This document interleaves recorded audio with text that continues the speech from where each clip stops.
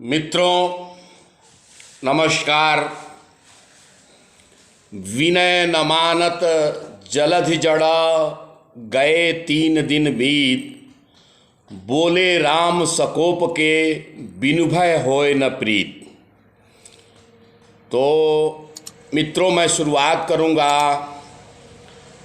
माननीय प्रधानमंत्री श्री नरेंद्र दामोदर दास मोदी के कुछ किए हुए नीतियों और योजनाओं के बारे में आपसे बात करूंगा। सबसे पहली बात आई इनकी गंगा सफाई योजना। गंगा सफाई योजना पे करोड़ों अरबों रुपए खर्च किए गए, लेकिन गंगा जैसी की तैसी है। यह एक लूट का विषय है। मात्र जो है इससे जो है देश के पैसे की बर्बादी की गई। दूसरी योजना है उज्ज्वला योजना। उज्ज्वला योजना ये है कि गरीब लोगों को सिलेंडर और चूल्हे दिए गए। हालांकि बाद में उसके पैसे धीरे धीरे ले लिए गए। लेकिन मित्रों आप ये बताएं कि जिस घर की पूरे महीने का खर्च 3,000, 2,500 या 3,500 रुपये में चलता हो, वो अब 800 रुपये का सिलेंडर कैसे खरीद सकता है। वो उज्ज्वला योजना जो है बिल्कुल फेल हो गई। तीसरी बात है शौचालय की बात है।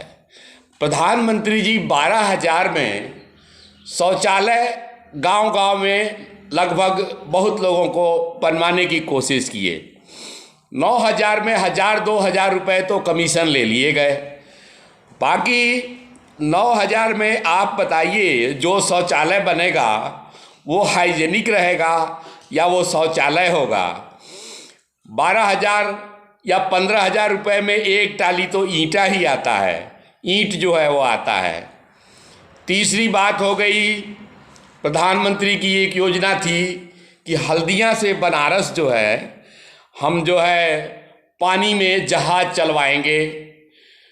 पता नहीं इस पे पैसे खर्च हुए कि नहीं हुए, लेकिन ये योजना तो बिल्कुल फ्लॉप रही और इसका कोई भी आज तक जो है चर्चा नहीं हुई।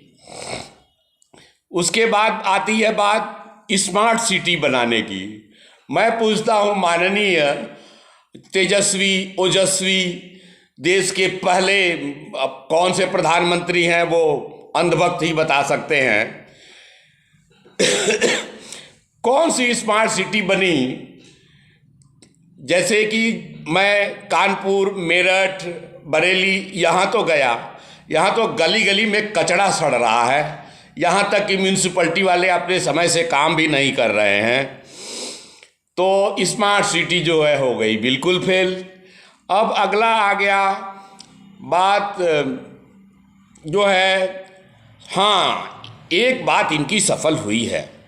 प्रधानमंत्री जी ने पूरे देश में 900 भारतीय जनता पार्टी के ऐसे ऐसे कार्यालय बनवाए हैं जो वातानुकूलित हैं और उसमें कम से कम 100 से 50 लोग जो है आराम से एयर कंडीशन में सो सकते हैं। अब दूसरी बात है विदेश नीति।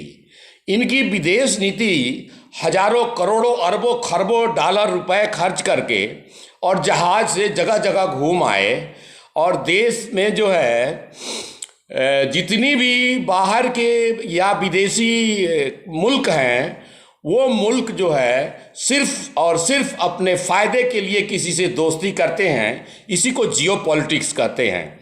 चाइना के मामले में प्रधानमंत्री को अमेरिका क्या सपोर्ट दे रहा है?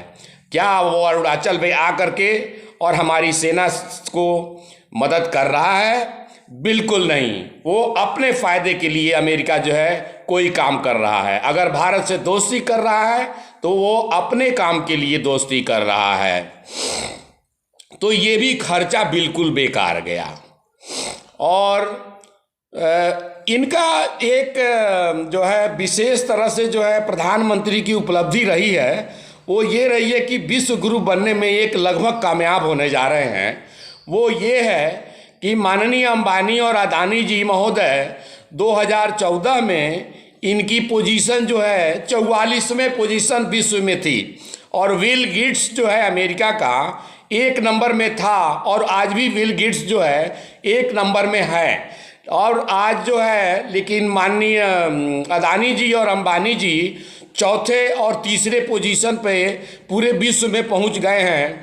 तो हो सकता है कि आप सबके सारे पैसे ले करके और प्रधानमंत्री जी अंबानी और अदानी महोदय को दे दें, तो हो सकता है कि वो विश्व गुरु बन जाएं और जो है उनका इतिहास जो है कामयाब हो जाए। चौथी बात है कि हर पेट्रोल पंप पे अरबों खरबों रुपए खर्चा करके और एक मनहूस सा चेहरा हंसता हुआ लगा दिया गया है। मैं नहीं समझ पा रहा हूँ कि उससे जो है देश के किस व्यक्ति को क्या फ़ायदा है जिसमें अरबों खरबों रुपया खर्चा किया गया। माननीय मनमोहन सिंह जब नोटबंदी हो रही थी तो बोले थे कि 2000 की नोट लाने से जो है देश में काला धन और बढ़ेगा।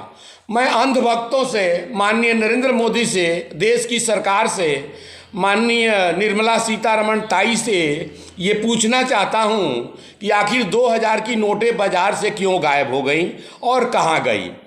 उसके बाद इन्होंने बोला था कि हम जो है विदेशों से अपना काला धन मंगाएंगे।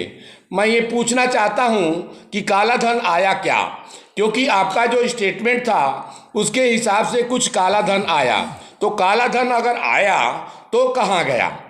मैं तो कहता हूँ कि काला धन और आपने बढ़ा दिया। फ़र्क यही पड़ा कि पहले किसी और के पास था, आज आपके पास है। बंधुओं, अगर आपको अच्छा लगे तो हमारे इस YouTube चैनल को ज़रूर सब्सक्राइब करें, बिल्कुल मुफ्त है। और जय हिंद, जय भारत, वंदे मातरम, भारत माता की जय।